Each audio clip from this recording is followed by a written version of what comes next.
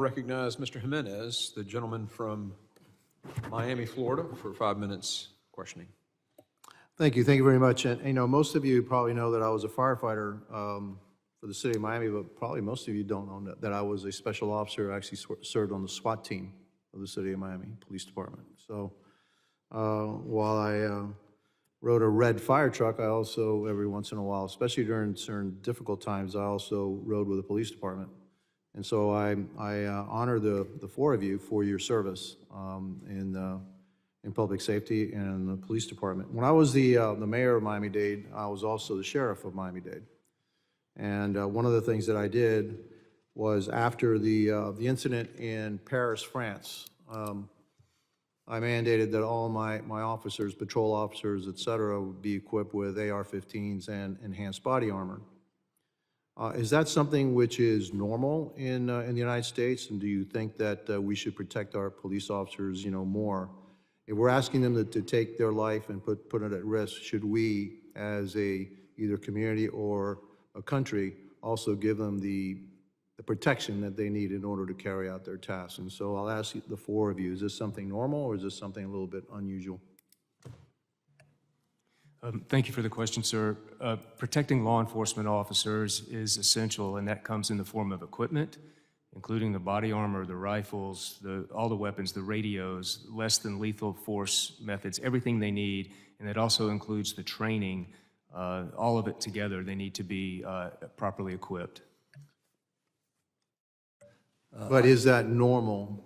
Is that are the officers in this country sufficiently protected across the nation, or is it something which is jurisdiction by jurisdiction?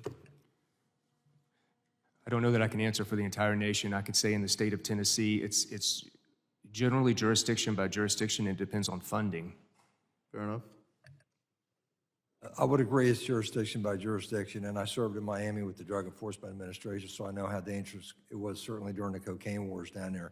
I think we do need to be equipped well. We need to be able to defend ourselves against very violent criminals out there, but that does come down to a jurisdictional issue and how those communities feel about how the police, law enforcement officers in those areas should be equipped. Yeah, and I was on SWAT team during the cocaine wars, so yeah, next.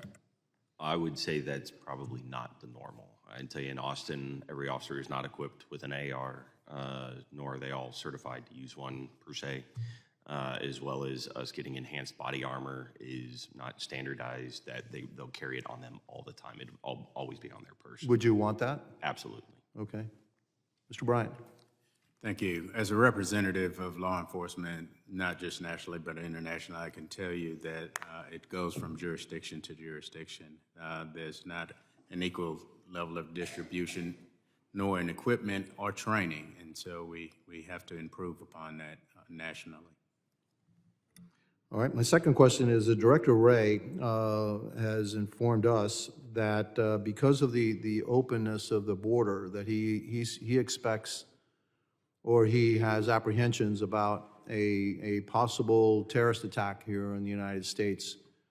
Because frankly, there was about 2 million people. We haven't the faintest idea where they came from, who they are, where they are, or why they're here. Do you all have the same kind of apprehensions in, that Director Wray has? Yes, sir, I do. Very concerned about people coming across the southern border, and we don't know where they are, and we don't know where they're going. That absolutely concerns me, yes. I would also agree we deal with, on a regular basis, interacting with individuals who have no form of identification that we know who they are. Mr. Bryant?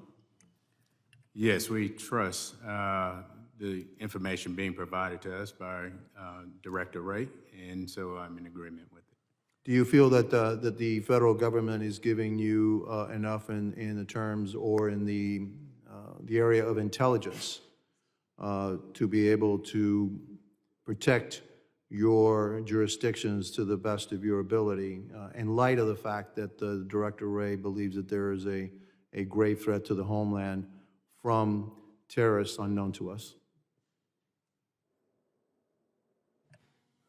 Go ahead, one at a time. Yes, sir. We're not getting all the information that would be helpful. The federal government is apparently unable to tell us how many immigrants are coming to Tennessee, where they're going in the state, where they came from. We don't have that information. So if I don't even know how many are coming and where they're from, then how can I begin to understand what kind of threat they pose to my state? We have a good relationship with the federal counterparts, and the information we get is more kind of personal contact, but I would say that, as always, that communication could be better. We're probably a little bit more different in that we have issues with our local officials that tend to try to restrict our use of information that is trying to be passed on to us or accessible to us. Having a strong relationship with our federal partners is essential to what we do. However, we do recognize that there's a level of continuous challenges around intelligence and information. Thank you again for your service, and I yield back.